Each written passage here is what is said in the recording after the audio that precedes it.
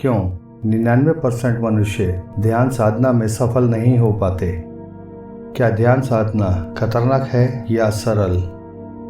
क्यों भ्रम फैलता है ऐसा, और क्यों कुछ संस्थाएं इसका जबरदस्त फायदा उठाते हैं? प्रिय ईश्वर भक्तों, अपने गुरु माजी जिन्होंने हमें ईश्वरीय वैश्विक शक्ति के ज्ञान से आध्यात्मिक पथ पर हमारा मार्गदर्शन किया, उन्हें प्रथम वंदन करते हुए गुरुजी दिया चैनल आप सबका हार्दिक अभिनंदन करता है। हम आपको ध्यान साधना से जुड़ी कुछ खास सावधानियों से परिचित करवाते हैं। पहले तो यह भ्रम अपने मन से निकाल दें कि ध्यान साधना किसी के लिए खतरनाक भी हो सकती है।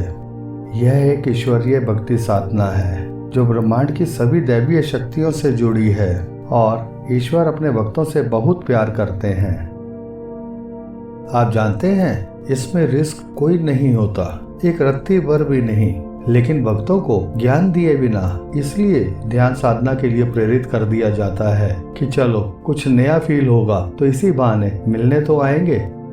शरीर को तो जागृत अवस्था में आना ही है, भले ही थोड़ा देर से, क्योंकि आपने लंबे समय अवधि का ध्यान नहीं किया। इसलिए किसी भी चीज से बिल्कुल भी घबराना नहीं है। स्टे पॉजिटिव ऑलवेज, हमेशा सकारात्मक रहें और मन में किसी भी तरह का वहम ना पालें।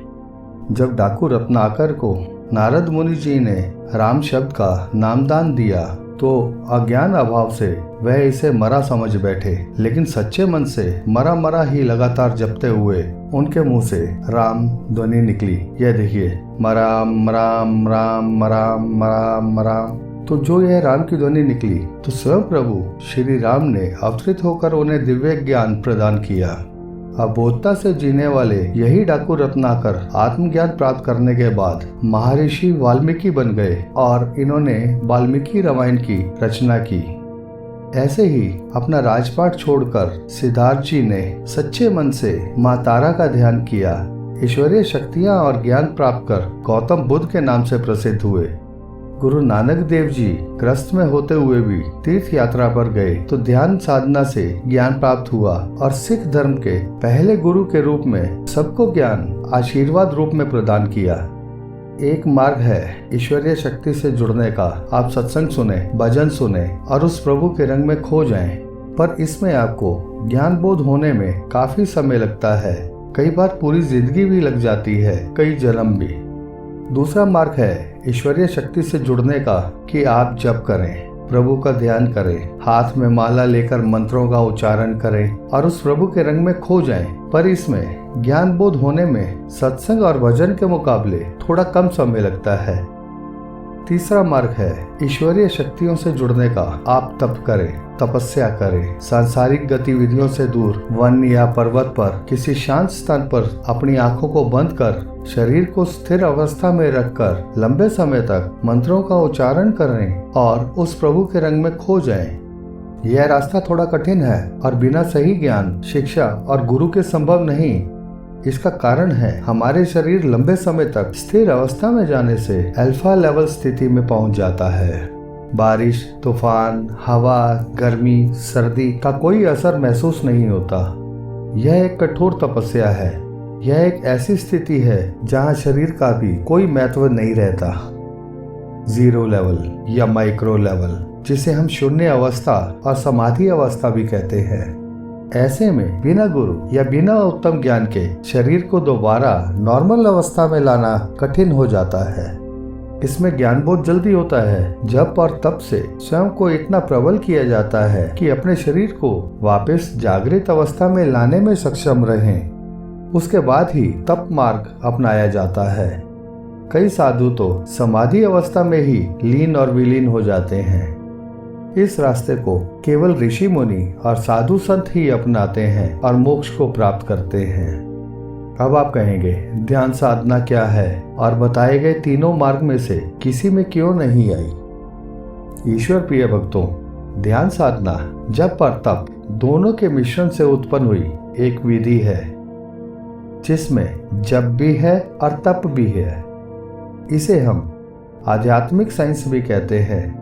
यह सांसारिक गतिविधियों के बीच भी की जा सकती है, गृहस्थ आश्रम में रहते हुए भी, जैसे गौतम बुद्ध ने अपनाया, महर्षि वाल्मीकि ने अपनाया, जिसे तकरीबन सभी आदरणीय गुरुगण ने अपनाया और आज भी अपनाते हैं। इस विधि में जप है, तप भी है और शरीर शून्य अवस्था में भी जाता है, पर सही ज्ञान और समय अवधि कम होने के कारण इसे वापस जागृत करना काफी आसान रहता है। अब अगर गुरु और उनकी कृपा साथ हो या अवस्था से बाहर निकलने का ज्ञान प्राप्त हो तो जागृत अवस्था में आने में कोई समस्या नहीं होती। मैंने YouTube पर अक्सर देखा है, गाइडेड मेडिटेशन में कुछ मिनटों में चक्र जागृत करें, कुंडलिनी जागृत करें, अल्फा लेवल में पहुंचे, थीटा लेवल और बहुत कुछ भरपूर ज्ञान भरा हुआ है। कुछ वीडियोस आपको इस अवस्था में पहुंचने के लिए गाइडेंस तो देती हैं, मार्गदर्शन तो करती हैं, पर गहरी साधना में पहुंचने के बाद आपको वापस जागृत अवस्था में लाने का कोई संकेत नहीं देती, मार्गदर्शन नहीं करती और अंत में नमस्कार करते हुए वीडियो खत्म हो जाती है। तो ये तो ऐसा ही हुआ ना, पहली क्लास के बच्चे को आपने सीधा 10th क्लास में बिठा दिया, बोझ तो पड़ेगा ही ना उस पर, कहीं ना कहीं तो समस्याएं आएंगी ही ना उसके लिए। ऐसे में कोई फ्रेशर या नौसिखिया जो पहली बार अभ्यास कर रहा हो, अकेला हो घर में, अल्फा लेवल में पहुंच जाए, शरीर स्थिर अवस्था में पहुंच जाए, उसे इस स्थिति से बाहर आने का ज्ञान ना हो तो वो तो बैठा ही रह जाएगा जब तक कोई बाहरी मनुष्य उसे नहीं जगाता। अगर जागृत होने का संदेश शरीर को नहीं मिला, कोई संकेत नहीं मिला और अगर स्थिर अवस्था लंबी हो गई तो फिर गुरु या किसी बाबा या फिर डॉक्टर के चक्कर। ऐसी स्थिति कुछ लोगों के साथ बीतने पर कुछ अधूरे या गलत ज्ञान द्वारा मन में यह बह बैठ जाता है और इसे खतरनाक शब्द से संबोधन करने लगते हैं। लेकिन यह भी एक अति सरल प्रतिक्रिया है। इसके लिए आपको क्या क्या ध्यान रखने होते हैं, आइए हम बताते हैं। पॉइंट नंबर 1, एक शांत स्थान का चयन करें जहां पर आपने ध्यान साधना करनी हो, जहां कोई बाहरी आवाज आपको डिस्टर्ब ना करे। पॉइंट नंबर 2, ध्यान साधना को करने के लिए ढीले और आरामदायक वस्त्र पहने और आरामदायक स्थिति में बैठें। पॉइंट नंबर 3, फ्रेशर या नौसिखिए किसी भी गाइडेड मेडिटेशन निर्देशित ध्यान साधना को करने से पहले उसे चेक कर लें कि ऐसा कौन सा संकेत है जिस पर आपका मन आपके शरीर को जागृत करने की आज्ञा देगा।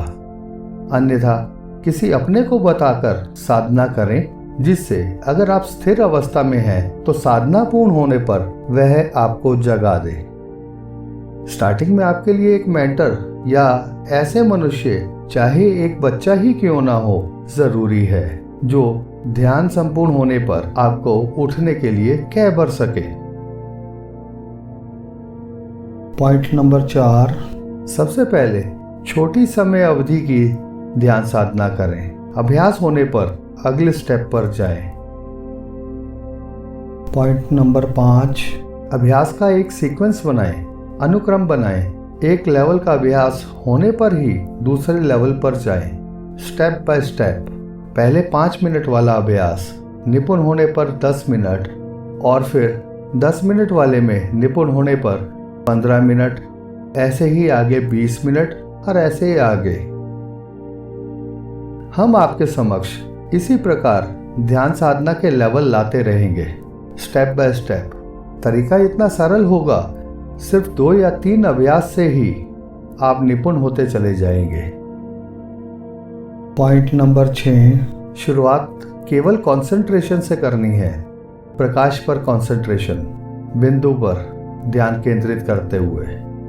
फिर अभ्यास पूर्ण होने पर ध्वनि पर कंसंट्रेशन, ओम मंत्र जाप पर ध्यान केंद्रित करते हुए। यह अभ्यास भी पूर्ण होने पर श्वास पर कंसंट्रेशन, श्वास के चलन पर अभ्यास और ध्यान। यह अभ्यास पूरा होने पर चेतन और अचेतन मन पर concentration, mind power control and balancing पर अभ्यास। इसके बाद चक्र ज्ञान और चक्र पर कंसंट्रेशन, जागृत और बैलेंस करना। इसके बाद सकारात्मक ऊर्जाओं का प्रवेश और नकारात्मक ऊर्जाओं को दूर भगाना। एफर्मेशंस, पॉजिटिव वाइब्स का लेना, पॉजिटिविटी को भीतर लेना और नेगेटिविटी को दूर करना। और आगे ध्यान साधना और वैश्विक ईश्वरीय शक्तियों से संपर्क, meditation and connecting with universal divine powers. और आगे तीसरा चक्षु जागृत करना, थर्ड आई ओपनिंग। उसके बाद सूक्ष्म शरीर ज्ञान और ब्रह्मांडीय संपर्क, knowledge about subtle body and connectivity. और उसके बाद हायर लेवल मेडिटेशंस करेंगे।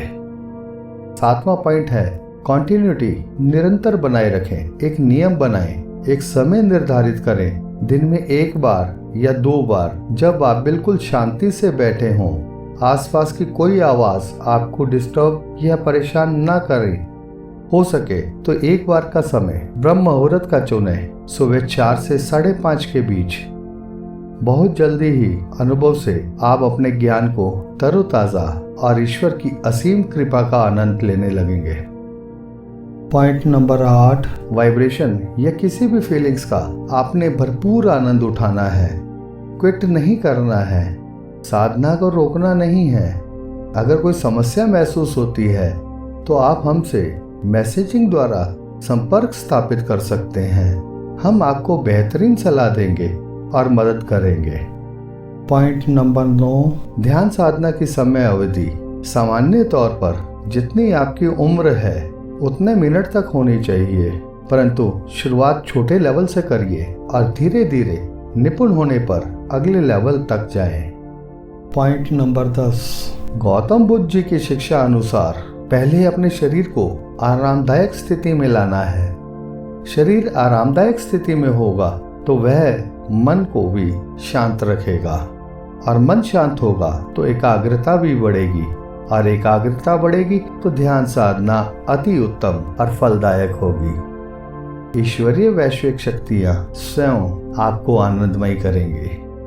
इन 10 पॉइंटों को ध्यान में रखते हुए आप मेडिटेशन करेंगे तो हर हाल में सफल होंगे। वैश्विक ईश्वरीय शक्तियाँ आपको आत्मबोध प्रदान करेंगी, ज्ञान की प्राप्ति होगी और जीवन आनंदमय होगा। काया निरोगी होगी, जो सोचोगे पूरा होगा। छोटे बड़े, जवान बुजुर्ग सभी इस ध्यान साधना का आनंद ले सकते हैं। हमारी सभी वीडियोस इसी सरल मार्गदर्शन से परिपूर्ण होंगी। हम इस चैनल के माध्यम से वीडियो सीढ़ी दर सीढ़ी आप तक पहुंचाएंगे। केवल कुछ ही सेशन में आप स्वयं ही इसे करना सीख जाएंगे। बेसिक गाइडेड मेडिटेशन से हाई लेवल मेडिटेशन तक सबसे आपको अवगत करवाएंगे।